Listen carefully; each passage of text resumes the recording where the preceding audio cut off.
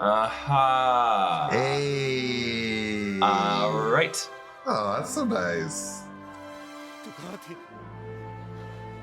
Oh, time travel is weird. Mm-hmm.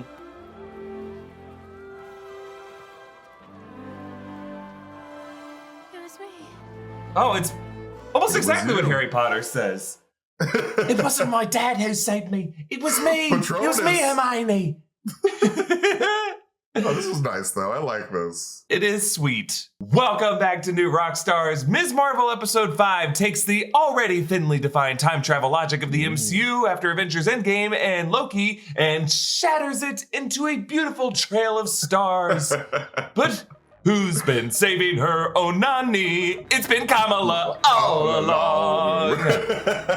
This is Inside Marvel. It's New Rockstars' official Ms. Marvel after show. My Easter egg breakdown for this episode is coming tomorrow. Right now, I'm Erik Voss, and I am here discussing this episode with MT. Hey, man, it was so cool going back in time and then seeing the whole Trail of Stars moment. I really liked that. And it's like, is it implied that like the actual Trail of Stars is actually Aisha? Like, is she like the stars itself? Because like when her husband saw it, she was like, is that Aisha? I don't know. It was just very interesting. But like, yeah, I love the whole flashback sequence. My thinking it was that like the disc that she made disintegrated, and then Sana was able to hold on to it, or Aisha. Right. So, like, it wasn't just Kamala making the Trail of Stars, although she was taking credit for it in that moment. She was like, it was me, no one else. I didn't have any.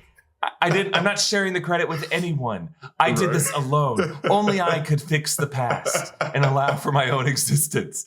No, I think like it was a mixture of an accident. The hard light, the Nord disintegrating, maybe Aisha and Sana, some mixture. I like to think like all generation of Khan women are playing a part and helping each other out. To me, thematically, that's the most beautiful way to interpret it. Like they're all just kind of saving each other. They're all looking out for each other. I do like Family, that. baby. I think logically, this is a familiar thing. This whole idea of going back in time and to save yourself. This idea of a closed loop, predestined time travel. I saw a lot of people saying like, we've never seen this before. This is a completely new version of time travel. It's like, maybe if you've only watched Avengers Endgame, and if so, only the first 2/3 of it. But this whole idea of a predestined time travel is actually, I think, becoming the most common form of time travel fiction. But this is one of the sweeter versions I think I've seen. I did love how they handled it. And I think that's a credit to the writing on this show and the focus on Kamala's relationship with her mother and her mother's relationship with her mother and that mother's relationship with her mother. I think that is one of the purest, most wholesome parts of the show. And despite like any kind of weird tonal shifts as the show has moved from Jersey City to Karachi, I think it has lost a bit of something. I really loved those first 2 episodes, how much we learned about Jersey City and the community of Jersey City. And I think there has been, I don't know how to describe it. I just kind of miss that part of the world. I miss seeing Kamala with Bruno. I'm excited to go back there, I assume, for the finale. But despite all that, one thing that has stayed really great is the deeper we've gone into Kamala and her mother and Muniba's relationship with Sana. I think that's just been really sweet. I do think a lot of it was kind of healed by the end of last episode. I don't know how much more healing we needed this episode, but whatever. Like, I don't mind redundancy as long as what we're getting a double dipping of is something sweet and wholesome. Right. No, I really love the whole family ties of this series. And like, I really want to see Kamala's grandmother use the bangle in episode 6. Like, I want to see all of them use the bangle. Like, I want to see what her mom's powers look like. Because, like, I know that she has, like, that potential in her, probably. So, like, I sort of want to see, like, a turning red type of moment where, like, it's like, we've all got a type of power. Like, that'd be really fun. Yeah. Do you think we're going to get a moment, like, where they... what's it called? The annexation of Puerto Rico maneuver from the Little Giants, where they just keep passing the bangle from each other from person to person, and then each generation of con woman uses the bangle to blast somebody until it goes back onto the ghost of Aisha. She's like, it's my turn now. I'm still stabbed in ghost form. Oh, that's really sad. But anyway, it's quite sad. And it still hurts. but I'm back. And they're like, we're going to hang out with a ghost now. All right. Ghost grandma. Oh, man. All right, let's quickly recap what happened this episode. This episode takes us back to pre-partition India, and it shows us how Aisha met Kamala's grandfather, Hassan, by fleeing the British soldiers with the bangle and then sleeping in his rose garden. Now, we got to say, Aisha kind of goes from bad to good. She has a bit of a smile on her face when she stabs that British soldier. Now, I'm not saying the British occupiers didn't deserve a bit of that kind of treatment, but she's just enjoying it a little bit too much, I think. She was like, I liked doing this. But then she tramples on Hassan's roses, but she stays out there. And then she gets to know him. He takes her inside. He recites a poem by I believe that was a 13th century Persian poet, Rumi. And then she got instantly pregnant after that poem. Oh, for sure. Immediately, she's like, don't even finish. Give me your babies, please. Gentlemen, poetry, guys. I know it sounds like a cliche, but reciting poetry, that's all it really takes. That's all it takes. I mean, sometimes that poetry can just simply be a dashboard confessional lyric. Really, exactly. It always works every time. That's what I use as my opener. It works. It works every time. Haven't been late in 2 years.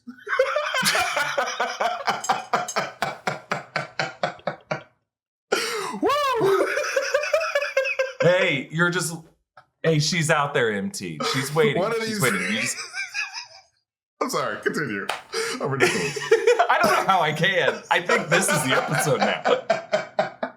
Woo! Dashboard confessionals always failing me. This is not Inside MT. This is Inside MT.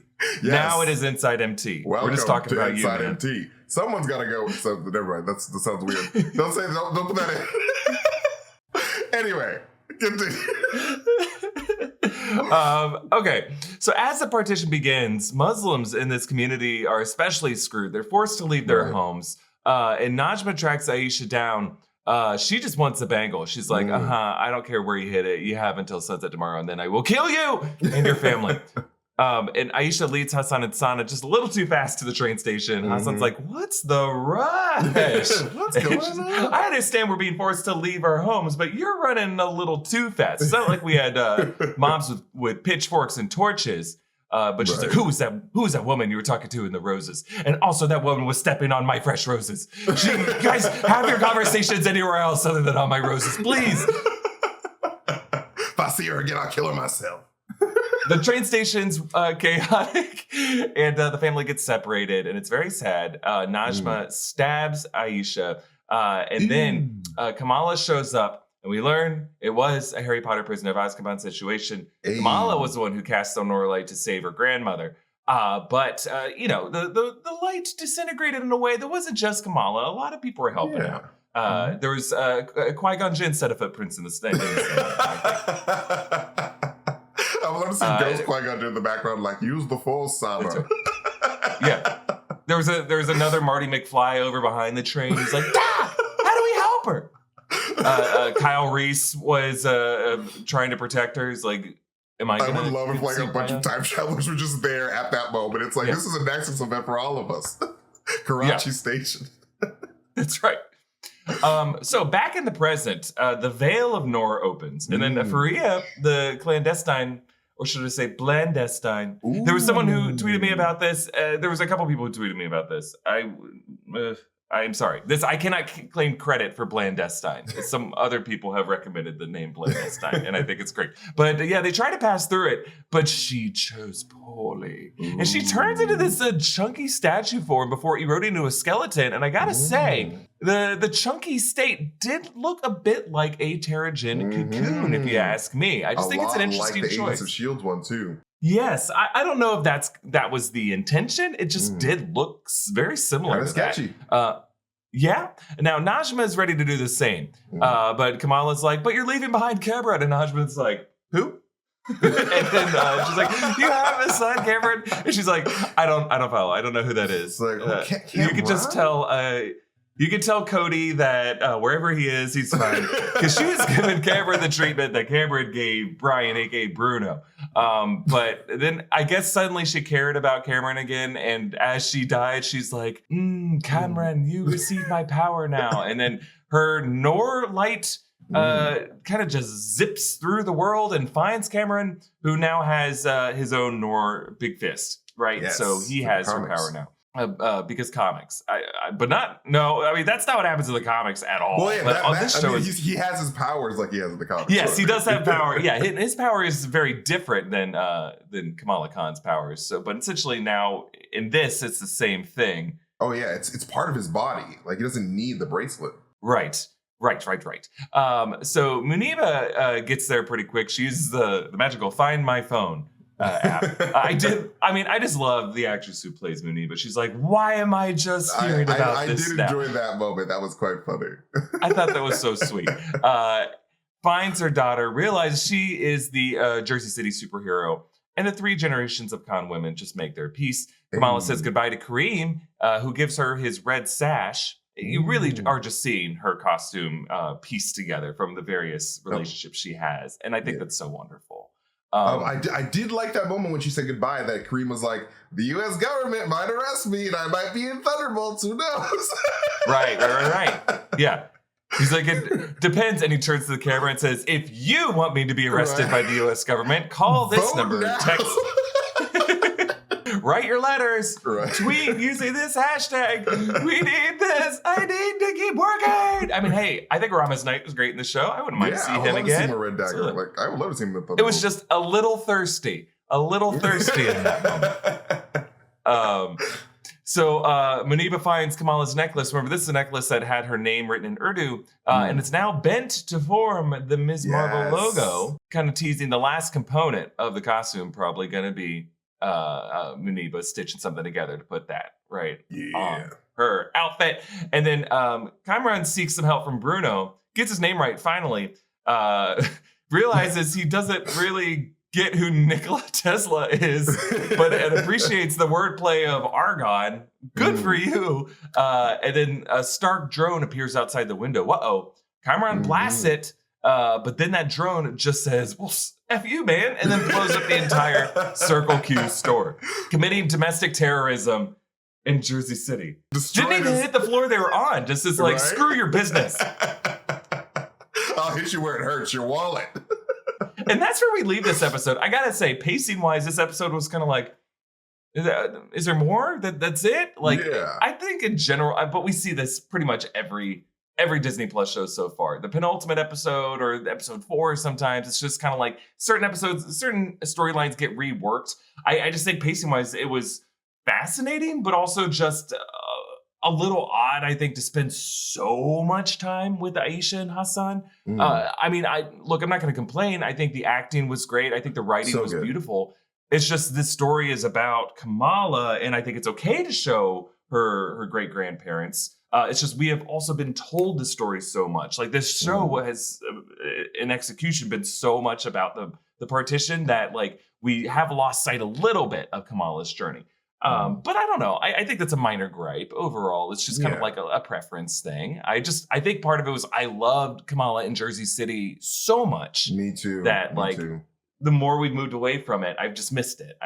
That's it. But I just feel like personally, for me anyway, like the interpersonal connections in Jersey City were a lot more fun to explore than like the friends that she met in Pakistan, which is like, I did love Red Dagger, but like I just feel like we could have got a little bit more like, you know, chemistry between the people that she met, which just felt like, all right, I need to go from here to here. And like, I'm meeting, and like, obviously like it was really quick and she was meeting all these people, but like, I just really would have liked like some really fun, like, all right, I remember this character from Pakistan. Like, I want to feel like I want to go back to like, I want Marvel Studios to go back to Pakistan and be like, oh yeah, I miss all these people that I met in Ms. Marvel, but like, I didn't really feel that way. But I do want to see more Red Dagger. Anyway. That's me.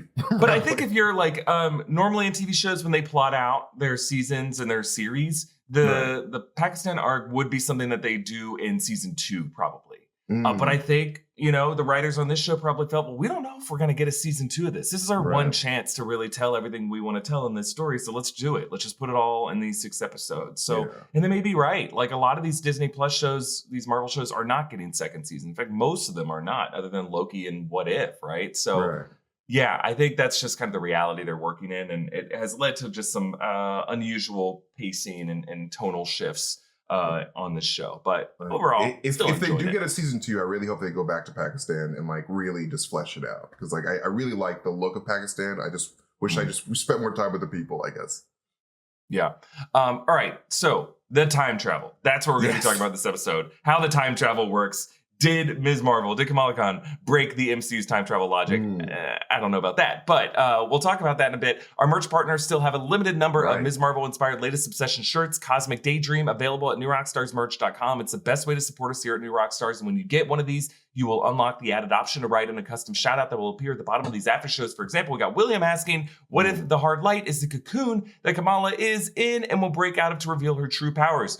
William, you and I were once on the same page and still are. I wish that is the case. I'm just saying, don't hold your breath. I don't think that's where this show is going. I think they have, especially seeing Kamala Khan in that cruise line video, her powers still look like embiggened Noor in hard light. It seems like that is pretty much what it's going to be.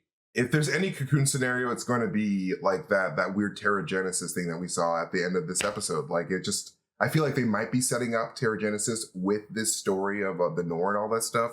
But I don't think that, like, if any cocoon's going to happen, it's going to be that. But like, I don't think that the cocoon that's in her bracelet is what's going to be giving her powers like that. They may call it Terrigenesis. They may use that word. I just don't think that theory that I had at the beginning of this season that the hard light we're seeing as it is like the cocoon shedding away over the course of the episodes.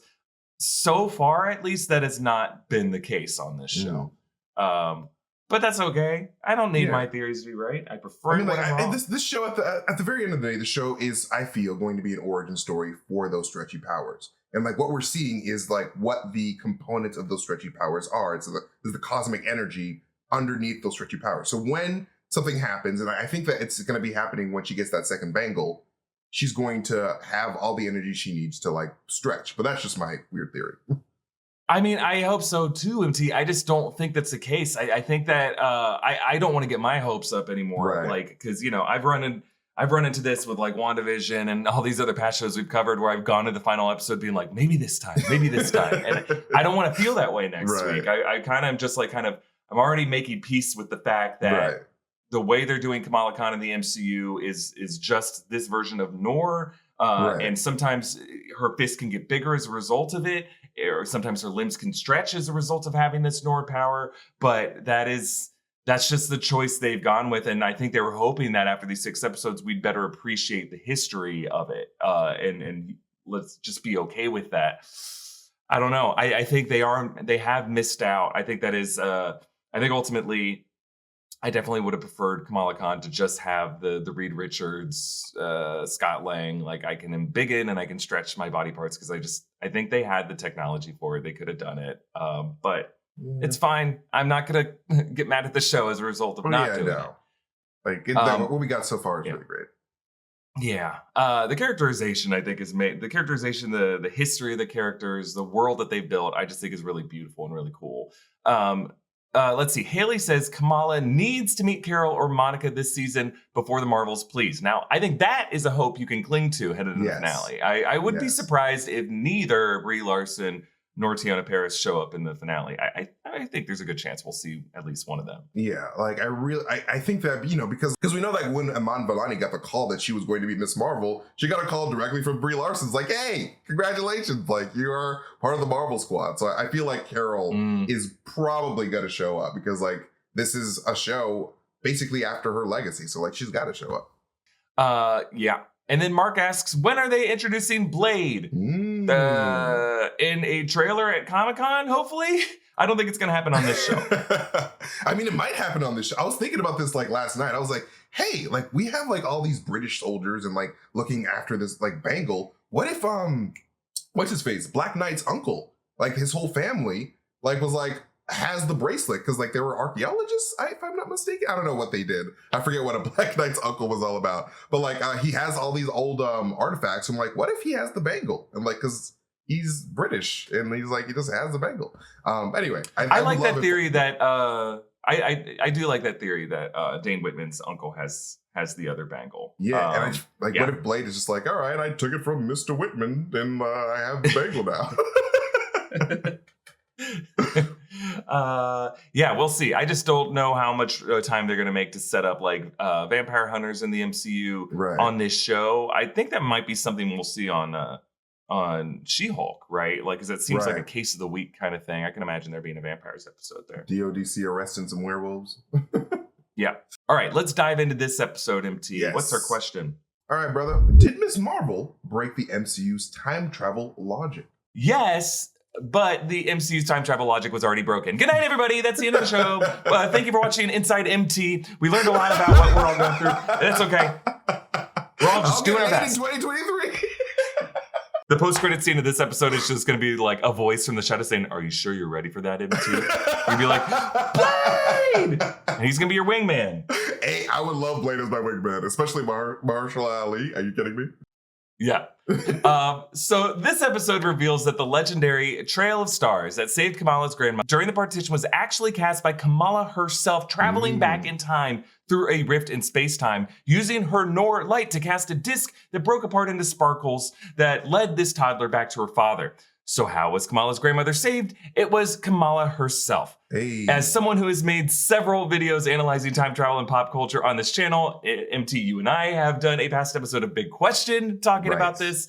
But this is what we have identified as Type 4, aka this always happened time travel, also known as predestination or a closed loop. In this type of time travel, mysterious anomalies presented in the story early on from the past are actually justified as future doings of the protagonist going back in time, looping back to cause those anomalies. So this tends to blow the minds of viewers that are less steeped in time travel fiction. And whenever filmmakers or TV producers whip it out in their stories, they assume that they are the only ones who have ever done it and that we will all be super impressed. And you know what? To their credit, many people are super impressed by it, or at least very emotionally affected, because this tends to be the weepier version of time travel. Like, oh, this mysterious thing I've always wondered, it was me all along, or it was some loved one all along, and I didn't actually have to do that much if I had just opened my eyes and saw what was right in front of me the whole time. So there's there's like a bit of a narrative catharsis that comes with it, but I will say it is now the most common trope in time travel fiction. Not all tropes are bad, but it is a trope, and we have to acknowledge that. So Terminator. How is John Connor conceived to one day lead the human resistance against the machines, while Kyle Reese went back in time to protect Sarah Connor, his mother, but actually fell in love with her and conceived John to begin with, making that a closed loop. Harry Potter and the Prisoner of Azkaban. The mysterious Patronus that saves Harry and Sirius Black from the Dementors. Oh, it was not cast by Harry's father. It was Harry himself, looping back to that moment. Closed loop. Game of Thrones. Why does Hodor say Hodor?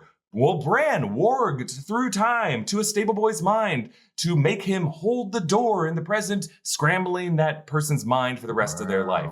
Closed loop. Christopher Nolan's Tenet. We thought it was going to be something different. It did try to be fancier about time travel, but it essentially boiling down to a movie where lots of confusing anomalies occur throughout the plot that are later revealed to be future versions of these characters rewinding past them in time. A closed loop. Rian Johnson's Looper. The Rainmaker becomes a villainous asshole because his future victim tries to go back in time to kill him as a kid. A closed loop. Netflix series Dark does this. I also like to reference James Mangold, Hugh Jackman, rom-com Kate and Leopold does this. I know it seems like a rom-com, but it is the guy who ended up making Logan and is going to be making the next Indiana Jones movie, James Mangold and Hugh Jackman. Those two first working together the first time. Without them, we would not have the Wolverine and we would not have Logan. A time travel movie, my friends, was the reason behind all of it. So in all of these stories, everything unfolds upon one fixed timeline. A character's act of time travel itself is destined. And they arguably, and this is where it gets a little confusing, they do not have free will if you start to think about this too much. And Kamala choosing to time travel to save her own grandmother, was it really a choice? Or was it always destined to happen if Kamala exists to begin with? Right. Because if her grandmother was not saved, Kamala would not exist. So Exactly. it is kind of destined for her to go back in time. It was not an accident. It was not a choice. It was scripted as some kind of like destination plot. So Avengers Endgame initially sought to define a different form of time travel logic in the MCU. You remember all the arguments that they had about time travel in the first and second act of the movie. Initially, it was going to be what we call Type 2 time travel, aka branch reality time travel. This is actually the explanation of time travel posed by theoretical physicists, multiverse philosophers. This is why the Russo brothers cited it in Endgame. But this theory poses that if someone were to go back in time, they would not live within history as it unfolded, the way Marty McFly does. They would actually create a new branch timeline and an alternate reality. And this seems to be the case in Endgame until the final scene when old Steve Rogers appears by the lake. And the initial implication of that moment was that old Steve was in the MCU the whole time, just in the background, living out his life, doing nothing to prevent JFK's assassination or 9/11 from happening. But he was always there, a kind of form of this always happened time travel. This is what the screenwriters to this day claim they want us to interpret the final scene of Endgame as.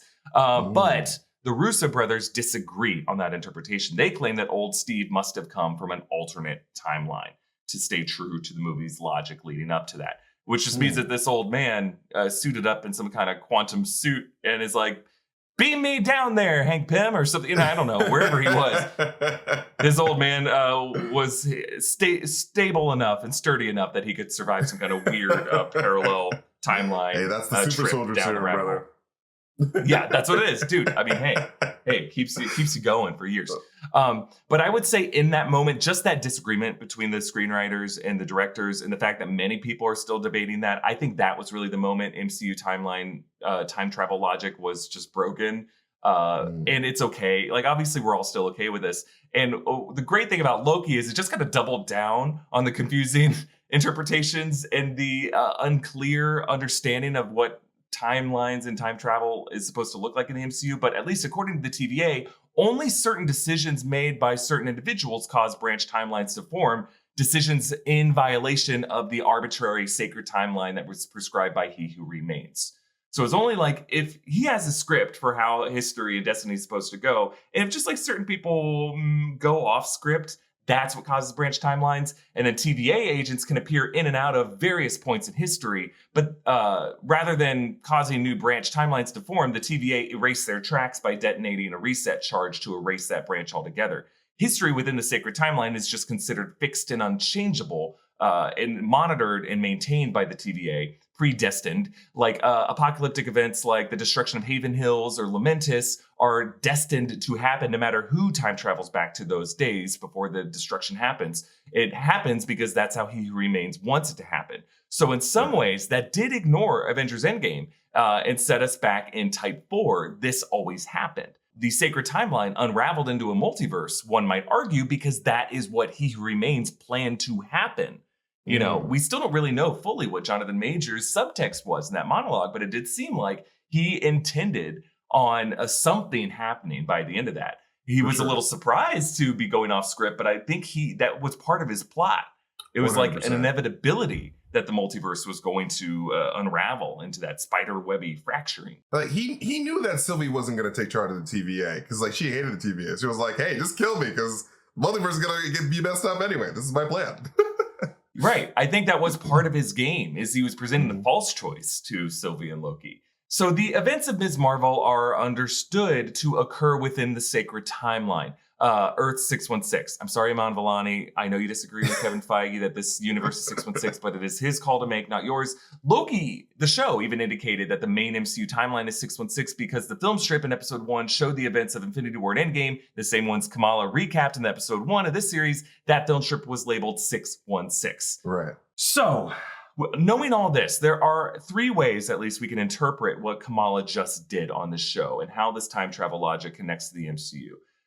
First takeaway, this show might just be doing its own thing, and the writers and producers don't really give a crap how time travel worked in Endgame or Loki. They just want this to be as thematically impactful as possible with Kamala's family origin story, which is, I think it's totally fine to just kind of like give it a pass on that one. The second interpretation that I think still works logically is that Kamala's bangle might have opened a rift in space-time, and that act was an incursion between timelines. So when Sylvie and Loki unraveled the sacred timeline, one timeline, we saw those branches going in all different directions, even connecting back on themselves. One timeline, in this case, bent backward on itself and allowed Kamala to travel back to that night in 1947. So we've seen incursions taking place between universes, like in Multiverse of Madness, between realms, like what Waleed was warning about, and arguably what we saw in Shang-Chi. And then now we're seeing incursions between timelines. So that's like one interpretation of what we saw. The third interpretation, third takeaway, is that the MCU may be declaring that when time travel occurs via human technology, like Stark Tech, Pym Tech, the lesser advanced technology of the MCU, it causes branch timelines to form. And that's because it's like imperfect, still sloppy technology. But when time travel occurs via advanced technology, what we see as magic, like the technology of Nathaniel Richards from the 31st century, or these bangles, or the time stone, that form of technology allows the time travel to be fixed and predestined on a closed loop, a cleaner version of time travel. So essentially, the more advanced the technology, the cleaner the time travel, less likely the branches form. Mm. I don't know if that's going to be the case. I don't know if at any point on a show they're going to bother to go that far. Right. But I do think at least one or two is one way that we can look at it. I guess the question I want to ask you about MT: if Loki established all the events of the MCU as predestined up until that point, and logic that will at least continue to be a precedent, considering we are getting a second season of Loki, are we meant to see the bangle opening the rift in time as an accident? Like just something that a power that the bangle had that people didn't really know it could do? Or was this a destined stimulus of an incursion seen from within that timeline, an example of how He Who Remains planned for the sacred timeline to fraction and unravel, creating these overlaps and closed loops in order to get characters on the path that they are meant to be on? Yeah, I feel like all of this is because of He Who Remains. Like, and when I say all of this, I mean like Spider-Man No Way Home, this series, like all the weird shit that is happening in the MCU in terms of like time travel and timelines and wormholes opening up. It's all He Who Remains. And I think that like this type of time travel in the show probably wasn't possible before Loki. I think that after He Who Remains shit up, sorry for swearing, like he completely just messed up like how time travel works completely, so that Marvel Studios can do whatever they want with time travel as they see fit without having to adhere to the rules that they set in Endgame. So it's just like, hey, like we're not going to constrain all of our writers because like, yeah, like it was a very interesting thing that we did in Endgame, but like time travel logic in fiction is just whatever. So like, let's just introduce the chaos by killing the man who was controlling time and do a lot of weird shit. So yeah, I think that it was because Loki was a huge deal, and like the death of He Who Remains definitely caused time travel to mess up. But in terms of like what you asked about the bangle, I think that this could actually be a function of the bangle, like traveling through different timelines. Because like we saw in this is just a weird theory of mine, but like we saw in an early episode of Ms Marvel that Bruno mentions the sun was the key to time travel, and the crack in that opens up when Kamala comes back has a golden tint, like it's very much sunlight-esque when it first opens up. So I'm thinking like the bangle itself, which is gold, I think that this gold is like the link to the sunlight, and like when she hit it, it activated the crack. It's like, all right, time to go sunlight mode. And you know, that is the key to interdimensional travel, like Bruno sort of hinted at. But yeah, I think that once she gets that second bangle, she might have the power to like just travel through timelines just as a perk. It'd be really fun. Yeah, I think what we're seeing from the bangle, I think that's really on point, MT. Some very interesting analysis of what you just said. And I think like the bangle is one example of objects and technology of immense power in the MCU. Right. And that just a consequence of that power is that when the border between realms, timelines, and universes is already eroding, that power can blast through that and cause an incursion. And in this case, I just think we're seeing an incursion of time. But incursions can also take place between space and can take place between universes. Right. So between space would be like between realms. I think incursions affect every tier of reality in the MCU. Now, one thing I want to tell everyone watching this, and we're gonna have to talk about this a lot as we go forward in the MCU. Do not expect any clear, cohesive explanation and interpretation of how time travel works across these properties. Because if you read Marvel Comics, I think you already have accepted those low expectations. Because this is exactly how the comics work. There are feuding logical explanations for how time travel works, and that's okay. We just have to live in that world. And I think it is kind of like we are legal experts sifting through hundreds of years of alternate explanations of what a law means. and like there's various different legal rulings, and we're kind of saying, well, is there any kind of precedent that we can establish? Like, what was the framers' original intention by the way these things were worded? And I think what we're able to at least begin to surmise here, if we're trying to read Kevin Feige's mind, and I think we can safely conclude, first off, that there is no dogmatic plan, because otherwise, there would be, at least when it comes to time travel, because otherwise people would be closely sticking to the same words and repeating the same rules over and over again. And instead, I think Kevin Feige is giving each screenwriter across Multiverse of Madness or Loki or Ms. Marvel a bit of a loose leash on how they want to word things. And then that's creating a bit of confusion. And I think that confusion is totally okay. But I think the fact that both Avengers Endgame ended with Old Cap, the fact that Loki ended with He Who Remains, saying that this is all part of a script, and now this show is showing a closed loop version of time travel, I think at least Kevin Feige and his team sees the MCU as part of a scripted predestination approach to time travel. That things have happened the way they are because that's how they are. I think we're going to learn more about Kang. The reason why things exist in the MCU the way they are is because Kang has made them that way. I think that's what we can kind of expect going forward. I think that's the version of time travel that is more exciting to Kevin Feige and his team. But I think we have to accept that it does deny a certain amount of free will from his characters. And I think maybe that free will was never there. Like Kevin Feige, I think, views himself as a master clockmaker, and that characters don't really chart their own destinies, that it was all part of a plan. Now that does, you could argue, fly in the face of what we've seen with characters like Thor, right? They've been kind of on their own journey, and I think Kevin Feige has kind of been okay with changing course midstream with characters like Thor and letting them chart their own destinies. But I think he prefers to live in a reality where there is someone behind the strings who is kind of positioning pieces in place. But trust us, they're going to get to where they need to go.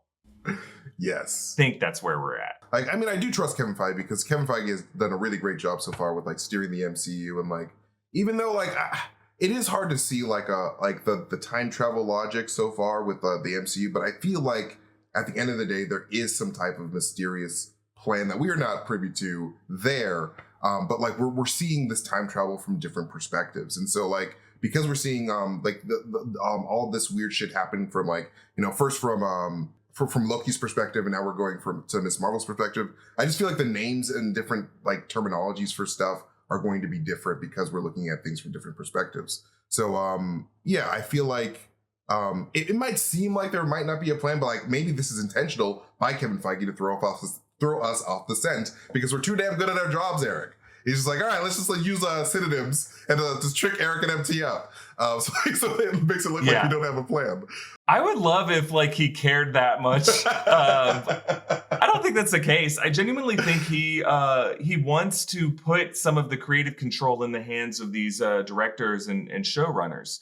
And I think like he's paying a price for it. A lot of the reviews for Phase 4 titles, like even like Thor: Love and Thunder, has like what, a 75%. I think like the fact that Multiverse of Madness was not as universally beloved, like other than No Way Home, I don't think we've had like a Phase 4 title to where everyone just got on the same page and said, yes. Like, I mean, some of the Disney Plus titles, maybe Loki and WandaVision, I think everyone for the most part was cool with, but like, I don't know. I just also remember hearing a lot of like backlash against WandaVision, some backlash against Loki. But I think that's ultimately all for the best. Because it's also given us an opportunity to see some really bold production design and storytelling. Like Phase 4, even though it's not like universally beloved, it's like we're seeing some fascinating imagery in this phase whereas Phase 3, I would argue, a lot of those movies looked a lot like each other. Like if you didn't know the characters, Age of Ultron and Winter Soldier and Civil War all kind of look like the same movie in a lot of ways. Yeah, no, like I feel like, towards like as we approach Endgame and Infinity War, like a lot of people were demanding that Marvel do something different because like all of their stuff sort of felt like very similar in terms of tone and all that. So like Phase 4, what I really appreciate is that like they're giving us the different, like we've gotten so many different types of things in Phase 4 that I'm just like, wow, like this feels like a fully fleshed out like MCU where like we're just seeing different tones and different types of people that I'm just like, yeah, like this is like Marvel Studios sort of getting their footing on trying new things. So like now that we've had like Phase 4 kick off, I feel like as things start to progress, things might get better because Kevin Feige, as we know from the past like 10 or over 10 years of Marvel, he learns from his mistakes and like he learns from experience. So like this is his experience, and like the things that we're going to get in the future are going to be better in response to what people have been saying on these reviews and stuff. So like Kevin Feige listens for sure. Yeah. He's always listening, right? Like he's right got now. microphones everywhere. He's here. All right, we have a couple more questions we want to ask about this episode. But first, we want to thank Raycon for sponsoring this episode. If you're listening to Inside Marvel right now as a podcast, are you listening with Raycon earbuds? Because when I'm out and about in the world, that's how I consume my daily podcast diet. Raycon's everyday earbuds look and feel and sound better than ever. With optimized gel tips for the perfect in-ear fit, their earbuds are super comfortable and they fit better than some antique bangles that your grandmother sent you in the mail. Raycons offer 3 sound profiles to match what you're listening to, plus noise isolation and awareness mode so that you can choose to be immersed in sound or be able to hear your surroundings when you need to. I really like them around the house, like when I'm making dinner or doing chores. They're just super secure. They sound great.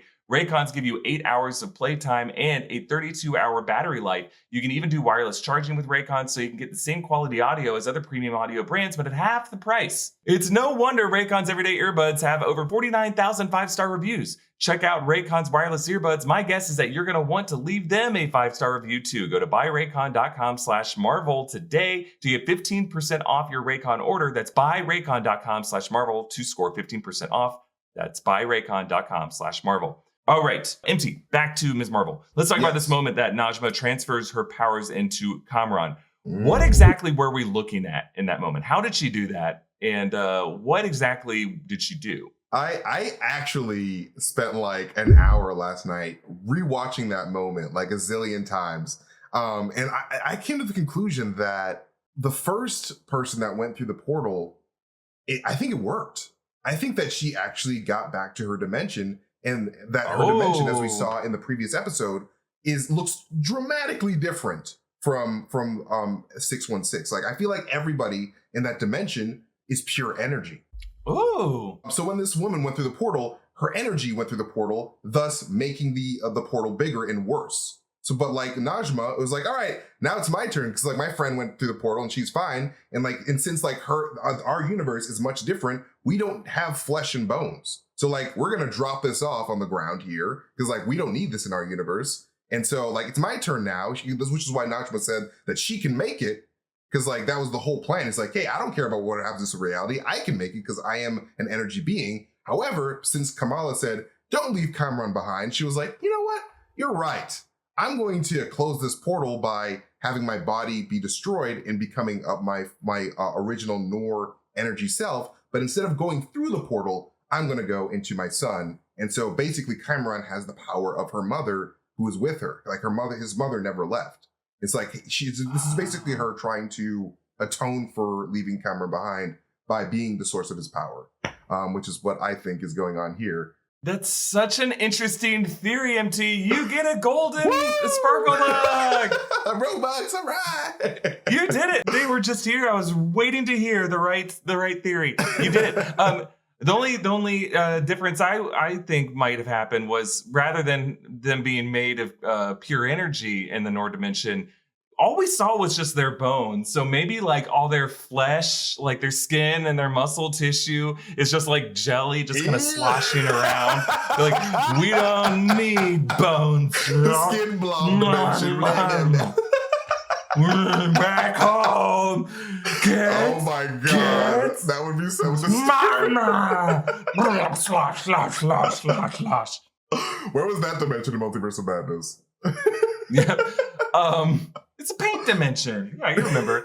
Yeah, I hope that like the big chunky form that they took, like the Keymaster and the Gatekeeper from Ghostbusters. I hope that was like I would love if that's a Terra Genesis cocoon. I just think that would be a weird time for the cocoon to show up. Like it just seemed like something that encased their body and then like killed them. Yeah, I wonder if like the reason why that happened is that could have been like a security measure that the other clandestines in the Noor dimension were like, if you ever try to return, this is like their security measure to keep people out who they don't want back in. That's Like, a really good idea. Because like they were prisoners or exiles rather. or we could just be seeing like an Indiana Jones style, like this is the consequence. And like, oh, maybe originally like their bodies were supposed to get like torn to pieces and all that was left as a skeleton. And they're like, this is a little too dark. So let's like kind of put what's it called? A vanity cover over their body as it's torn to pieces. And then we'll just see a skeleton on the other side. Something like that, I think. But I love your theory. I like, just to be clear, Cameron in the powers isn't inhuman the way Kamala is. He gets hit with the Terrigen Mist. I don't think we're seeing mist necessarily. I think this show just basically swapped out Terrigen Mist for Nor light and kind of invented this new mechanic. And then so like the way that Kamala has the Nor light that was activated by the bangle, in this case, it was activated by, I guess, his mother's dying wish to transfer her powers over to him. I think it is a little fuzzy, to be honest. I think if we were to ask at some point, the producers, the directors are going to like have their answer, and it's probably not going to be satisfying. I think they're going to be like, writing is hard. It's going to be their answer. But what if there's a possibility here that like the Kree themselves discover these bangles, as we saw like the bangle on a blue arm in a previous episode. What if they discover these bangles and were like, yo, what is this weird stuff coming out of this crack in the universe? Let's take that and do science on it and make Terrigen Mist out of it. Because like, we don't really know what this is. So it's like, let's experiment on this. And like, that's maybe where we're looking at the very source of the Terrigen Mist science with these cracks. Yeah, I mean, that'd be cool, especially like since we know there's an intersection between astrophysics and like cosmic technology and the like exploration of alternate dimensions just based off of Erik Selvig's research that Bruno did. Erik Selvig, reads things, researches things like Einstein-Rosen bridges and the way the cosmos connects. In his underwear. He's also firmly aware from like the convergence into alternate dimensions and alternate realms. So I think that there could be an intersection there. Like the Kree are aware of like alternate realms, alternate dimensions, and they've been trying to tap into it as well. And that could be something why they created the bangle to begin with. Yeah, that could be the case. I like the theory. Here, you get another sparkle. Oh, thanks. You did it. Nice. We have a little bit of time here. We have one more episode left. How do you think this is all going to end, MT? What do you think? What are your hot takes for the final episode? I feel like at the end of this episode, we're going to see Kamala fight with Cameron for some reason, and they're going to come to blows. And I think that Kamala is going to, when she gets that second bracelet in this sixth episode, hopefully, she's going to have a similar type of energy to Cameron. And I think that the symbolic messaging behind the bracelets is that her first bangle is is Aisha, and her second bangle will represent Najma. And like the two bangles together will like form like a reconciliation symbolism between the two cool. the two women. And so I think that when she's going to get that second bangle, and it's going to probably glow somewhat similarly to Cameron. But that's just my weird theory. What do you think is going to happen? I mean, it seems like by the way episode 5 ended, it looks like they're just setting up a battle with the DODC. I honestly think Kamala and Cameron are going to team up against Deaver from the DODC. Deaver, the true villain. Yeah, which is kind of lame, but I think that is the case, right? Like she's the last villain that we know of, unless it's revealed that someone else is behind the DODC.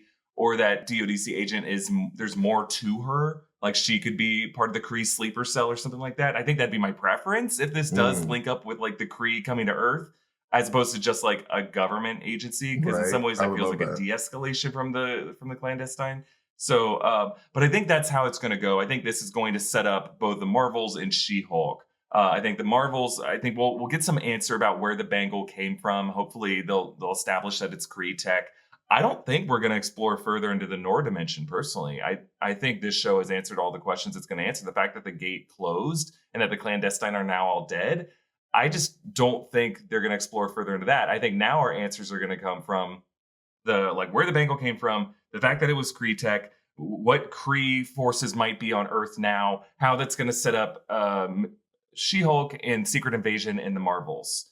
I think those are going to be the answers. And I think I'd be surprised if we didn't get a cameo from Brie Larson or Tana Paris, or just someone from Sword, recruiting her. I think, Yeah, I think we're overdue some kind of cameo there to explain that. And I would love it if we also saw a cameo from like Shang-Chi or Wang, like some kind of explanation of what the rings pulsing were all about. Like, I think this would be a great opportunity to answer that question by just saying, oh, it's a Kree fleet headed to Earth to reclaim their tech and to kill all the Skrulls that are here. Yeah. I want to see the 10 rings appear at some point in episode 6 because they teased them earlier on. So like we've got to see some 10 rings action. Yeah, I think they could follow up on that for sure. Thank you all for joining us for this episode of Ms. Marvel After Show Inside Marvel here at New Rockstars. We'll leave it there, but we'll be back next week. Again, my Easter egg breakdown is coming out tomorrow. Not a lot of Easter eggs this episode, but there were some interesting like visual choices and song choices that I want to dig into. So I'm excited to break it down.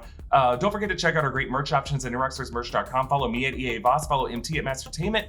Subscribe to Inside Marvel wherever you get your podcasts. Thank you for watching. And MT, I just want to say again, I would do Inside MT with you every day of the week. I love being able to connect with you. And the only downside of doing these shows is that we have to talk about some of the Marvel shows. Just talking to you about anything is such a highlight of my week. It's such a blessing to be able to connect with you. Well, thank you for joining me for Inside MT, my friend.